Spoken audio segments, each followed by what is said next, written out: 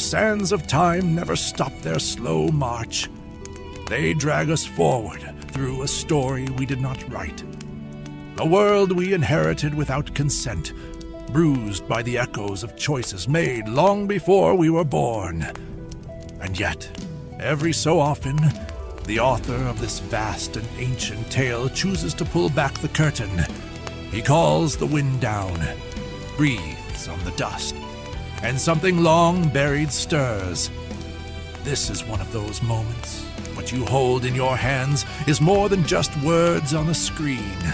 It is living prophecy. A scroll unrolled for the first time since it was sealed beneath the rubble of forgotten ages.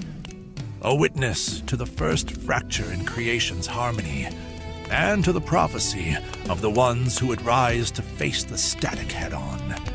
The scroll speaks of the corruption of sound and how the first harpist, twisted by pride, splintered the heavens.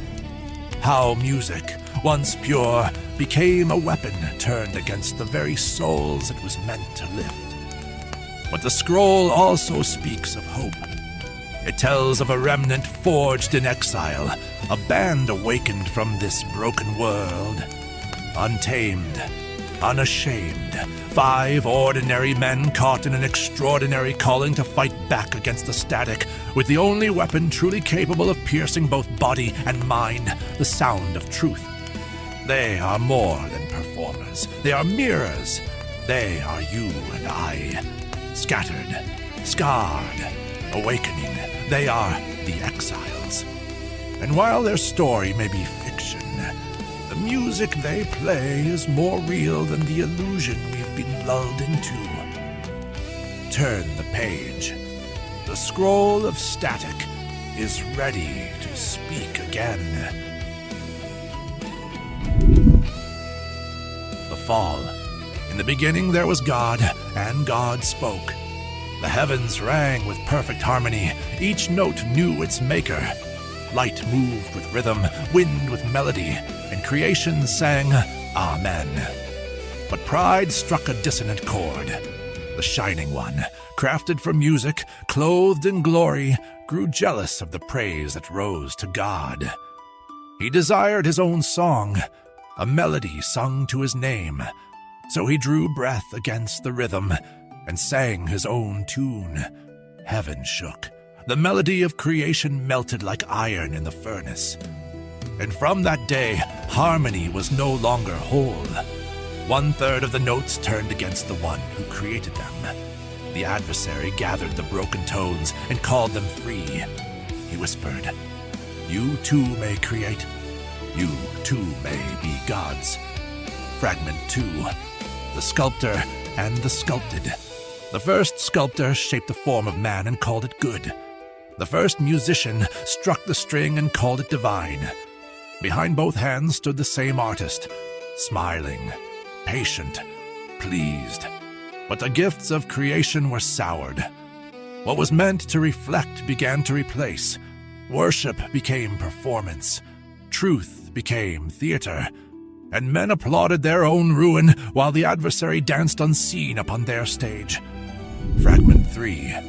Disciples of discord. The static spread, and through every generation found disciples.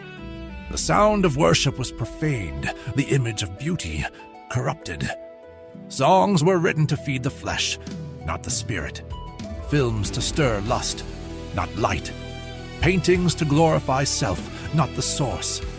And in new towers of Babel, men built their altars, not of stone, but of signal and screen. They no longer bowed to the Creator, but to the created, kneeling before light that spoke no truth.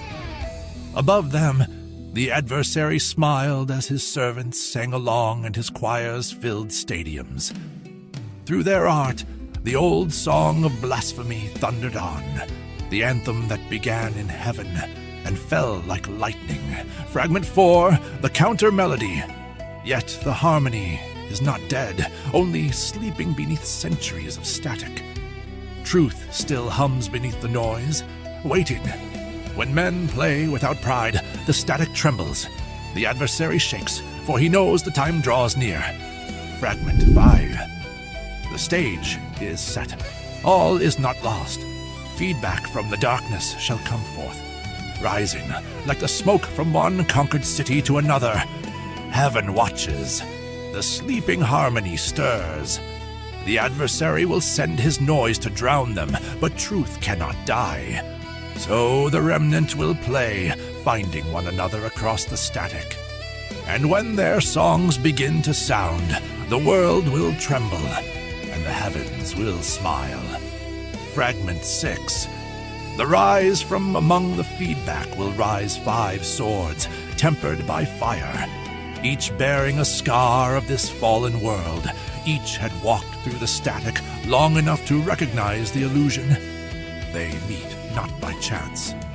They're gathered like sparks in the wind, and when they band together, the air will catch fire. Lights ignite, circuits spark. Then comes the voice. Play. They'll fall silent at first, consumed by the command while the world outside goes on, blind and deaf. Heaven has found its weapon, and hell its foe. They shall call themselves the Exiles, for they are no longer at home in Babylon, and their sound is not of this world. Fragment 7. Harmony returns. When the exiles rise, the adversary will rage. He'll summon his choirs from the depths, men and women who've sold their souls for gain, voices anointed with venom, rhythms tuned to destruction. They'll fill the airwaves with glitter and decay, turning truth to lies and beauty to shame. Their fame blazes hot and brief, a counterfeit glory bought with the silencing of their souls. The two songs will clash, the pure and the profane, the remnant and the machine. The adversary was given the stage, but not the sound. For every honest chord struck in faith, the walls of Babylon will crack. And when the final song is played, when truth and art are one again, the static will end, and the world will remember its tune.